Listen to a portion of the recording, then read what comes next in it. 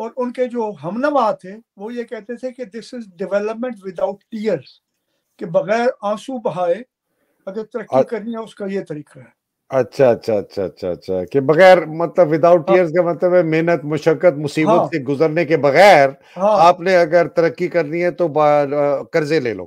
ہاں، بغیر چکی سے گزرے آٹا بنا دو. ٹھیک ہے، بغیر چکی سے گزرے ہوئے آٹا بنا دو. ٹھیک ہے. بہت اعلیٰ. اب دوسرے سے اختر حمید خان جو کہتے تھے کہ میرا پیغام وہ ہے جو چرچل کا اپنی قوم کے لیے پیغام تھا دوسری جنگ عظیم میں، I have nothing for you except blood, sweat and tears. Blood sweat. ہاں، یہ دوسری جنگ عظیم کی جب اس نے تقریر بڑی مشہور تقریر کی تھی، I offer you nothing but blood، آپ کو سوائے خون پسینہ اور آنسو کے علاوہ میں آپ کو کچھ نہیں دے سکتا. ٹھیک ہے، وہ حقیقت پسند تھے. اچھا، لیکن بدقسمتی سے آج کے دن تک آپ دیکھیں ساری بحث ہو رہی ہے فسکل ڈیفیسٹ اور فارن ایکسچینج ڈیفیسٹ پہ. یہ ہماری بدقسمتی ہے. اختر حمید خان ایسے گہرائی سے دیکھنے والے، انہیں اللہ نے خوبی دی تھی. انہوں نے کہا جو سب سے بڑا ڈیفیسٹ ہے، خسارہ ہے، وہ ادارہ ہی نہیں ہے جو کہ یہ کام کر سکے جس کا میں نے کل ذکر کیا تھا، ڈیولپمنٹ ایڈمنسٹریشن. جو ترقیاتی کام کر سکے دیہی علاقوں میں اور غریب علاقوں میں. ترقیاتی انتظامیہ نہیں ہے ہمارے پاس. ترقیاتی انتظامیہ. ٹھیک ہے جی. اچھا، اور کیونکہ ہمارے چین کے نائب وزیر اعظم آئے ہوئے ہیں آج کل، تو میں اپنے تمام دوستوں کو جو ان سے مذاکرات کر رہے ہیں اور جو باہر ہیں انہیں یہ بتانا چاہتا ہوں، ماؤ زے تونگ نے بھی اسی طرح کی ایک بات کی تھی بہت خوبصورت جب چین کا انقلاب آ رہا تھا، کہ اگر عوام کی پارٹی نہیں ہے تو عوام کے پاس کچھ بھی نہیں ہے. تو اگر عوام کی ترقی کرنے والا ادارہ نہیں ہے نا تو کچھ بھی نہیں ہے. جتنے آپ ڈھول بجا رہے ہیں، جتنے آپ پیسے لے کے آ جائیں، جتنے آپ نعرے لگا لیں، نہیں. اگر عوام کی ترقیاتی کام کا ادارہ نہیں ہے تو کچھ نہیں ہے. تو میں نے یہ آپ کو بتایا تھا کہ اختر حمید خان نے کہا کہ ضلع کی سطح سے نیچے یہ نہیں ہے. جب تک تھانے کی سطح تک ترقیاتی ادارہ نہیں جائے گا اور تھانے کی سطح تک پہنچنے تو بیٹھے گا نہیں جا کے، اس کے لوگوں تک پہنچ نہیں ہوگی ہر گاؤں میں. تو انہوں نے پہلا کام یہ کیا، تھانہ ٹریننگ اینڈ ڈیولپمنٹ سینٹر بنائے، مشرقی پاکستان میں بنانے شروع کیے 1959 میں 1959. اوکے. اور 1971 تک کیا. پھر مشرقی پاکستان الگ ہو گیا. ٹھیک ہے. ان جو ہے 12 سالوں میں انہوں نے 50% تھانوں میں قائم کر دیا تھانہ ٹریننگ اینڈ ڈیولپمنٹ سینٹر مشرقی پاکستان میں. یہ ذرا اس کا بتائیں، تھانہ جہاں تھا اس کے ساتھ ہی انہوں نے ایک اور انہوں نے اپنی جورسڈکشن بنائی تھانہ، کہ ہمارا جو بنیادی یونٹ ہے وہ تھانہ ہوگا. بنیادی یونٹ تھانہ ہے. تھانے کی جو جورسڈکشن ہے اس کا جو احاطہ ہے مطلب جہاں جہاں اس کا اثر ہے، جس ایریا میں تھانہ سینٹر ہے، سینٹر وہاں بنے گا یہاں تھانہ موجود ہے. سادہ زبان میں یہ بات ہے، کیونکہ تھانے کی پہنچ ہے سب گاؤں میں اس دائرہ میں، تو ڈیولپمنٹ سینٹر کی بھی ہوگی. پہلی بات انہوں نے یہ کی. دوسری بات انہوں نے یہ کی کہ جو لائن ڈپارٹمنٹس ہیں حکومت کے، یا جنہیں نیشنل ڈیولپمنٹ کہتے ہیں ادارے، تعلیم ہے، صحت ہے، پانی ہے، سینیٹیشن ہے، ایگریکلچر ایکسٹینشن ہے، ان سب کو ہم تھانے کی سطح پہ لائیں گے. یہ ہے true devolution of power, administrative devolution, کہ انتظامی اختیارات کی منتقلی کرنا تھانے کی سطح پہ، مالی اختیارات کی منتقلی کرنا تھانے کی سطح پہ، ٹھیک، اور سیاسی اختیارات. تو یہ دوسرا انہوں نے کیا کہ 60 ڈپارٹمنٹ نیچے لے آئے. تو ڈاکٹر صاحب ایک چھوٹا سا سوال اس میں، ہمارے یہاں آپ نے ایک دفعہ ذکر کیا تھا 6000 یونین کاؤنسلز ہیں نا جی؟ جی ہاں، جی ہاں. یہ جو 6000 یونین کاؤنسلز ہیں یہ ہمارا سب سے بیسک ہے نا یونٹ؟ سب سے نیچے جو مقامی حکومت کے سب سے نیچے کی پرت ہے وہ یونین کاؤنسل. یونین کا. اب ایک یونین کاؤنسل میں کتنے تھانے ہوتے ہیں؟ رفلی پوچھ رہا ہوں، اس میں زیادہ ہوں گے نا، ایک سے تو زیادہ ہوں گے.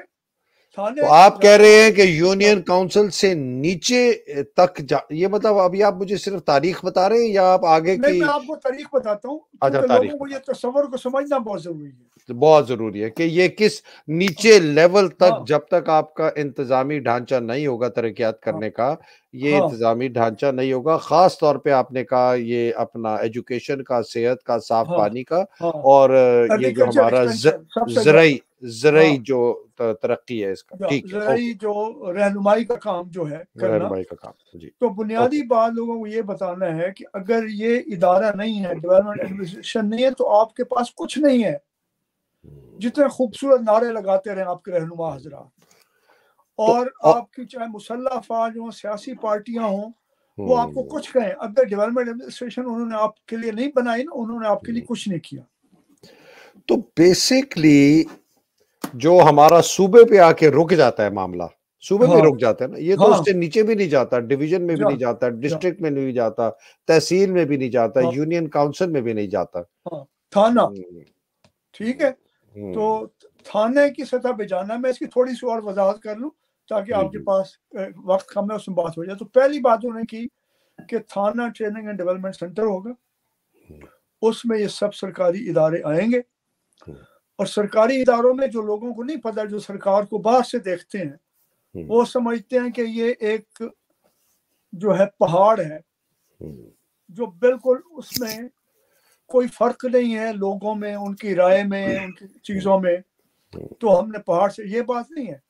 سرکاری ادارے آپس میں لڑتے رہتے ہیں، جتنا عوام پہ ان کا اعتماد نہیں، اس طرح سے آپس میں بھی ایک دوسرے پہ اعتماد نہیں، ان کی رسا کشی رہتی ہے کہ یہ میرے اختیار میں، یہ تو انہوں نے طریقہ نکالا کہ یہ سب ایک انتظام میں آئیں، ایک ہی افسر کے ماتحت ہوں، سارے اکٹھے مل کے کام کریں، رسا کشی نہ کرتے ہیں۔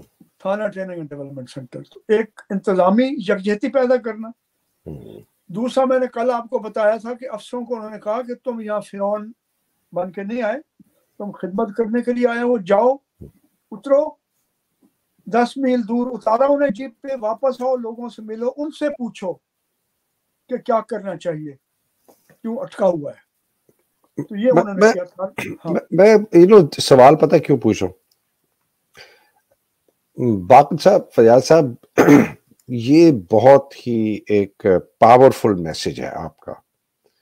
اب میں کوشش کر رہا ہوں، آئی ہوپ آپ سے لکھا، میں کوشش یہ کر رہا ہوں کہ یہ جو پاورفل میسنگ ہے، اتنا بگڑا ہوا نظام جو ہمارا پاکستان کا، کہ آپ ایک اے سی کو 2.5 ارب کی اس کو گاڑیاں ڈی سی کو لے کے دے رہے ہیں پنجاب میں، جو کہ کہتے ہیں، جو میرا ایک دوست تھا وہ کہتا ہے، میں جب ٹریننگ دی گئی، انہوں نے کہا کہ ہاتھ ملاتے ہو نا تو ایسے کر کے ملاؤ کہ وہ لوگوں کو پتہ چل جائے کہ تم بڑے افسر ہو۔ مطلب یہ ان آفیشیل ان کو اس قسم کی نا ہدایتیں دیتے تھے ان کے سینئر۔ تو ایک یہ ماحول ہے، ایک اختر حمید خان صاحب کا ایک بالکل مساوی نظام، ہاں، کہ جی سارے یہ محکموں کو لے کے آئے، وہ محکمے ہر جگہ سے پیسے لیتے ہیں، کرپٹ لوگ ہیں، جس طرح آپ کہہ رہے ہیں، ٹھیک ہے، یونیفارم سے سارے لوگ کرپٹ نہ ہوں۔ میں ان دونوں کے اندر ایک اتنا بہت بڑا تضاد دیکھ رہا ہوں، تو امید ہے کہ آپ اس کو جوڑنے کی مجھے تھوڑی سی بات مکمل کرنے دیں، ضرور ضرور آپ شاید یہ جواب مل جائے گا۔ ٹھیک، تو انہوں نے یہ کیا، ٹھیک ہے، ان کا جی تھانے کی سطح پہ لے آئے، تھانہ ٹریننگ ڈیولپمنٹ سینٹر۔ اب تھانے پہ آ بھی گئے، آپ کا مسئلہ تھانے سے بڑا ہے، تھانے نے پہنچنا ہر گاؤں تک۔ آپ کا جو ایگریکلچر ایکسٹینشن کا بندہ کام کرنے والا ہے، اس نے پہنچنا ہر گھر تک، صرف ہر گاؤں تک نہیں پہنچنا، ہر کاشتکار تک پہنچنا ہے کہ نئے بیج کون سی ہوں، نئی جو ہیں وہ جانور کون سے ہوں، نئے طریقے کون سے ہیں پیداوار کے۔ تو یہ پہلے وہ کہتے تھے کہ منتقل کرنا انتظامی ڈھانچے کو نیچے، ترقیاتی انتظامیہ کو۔ اب اس نے اگر ہر گھر تک پہنچنا ہے، اس کا کیا طریقہ ہے؟ وہ کہتے ہیں جب تک لوگ منظم نہیں ہوں گے تو ہر گھر تک آپ نہیں پہنچ سکتے۔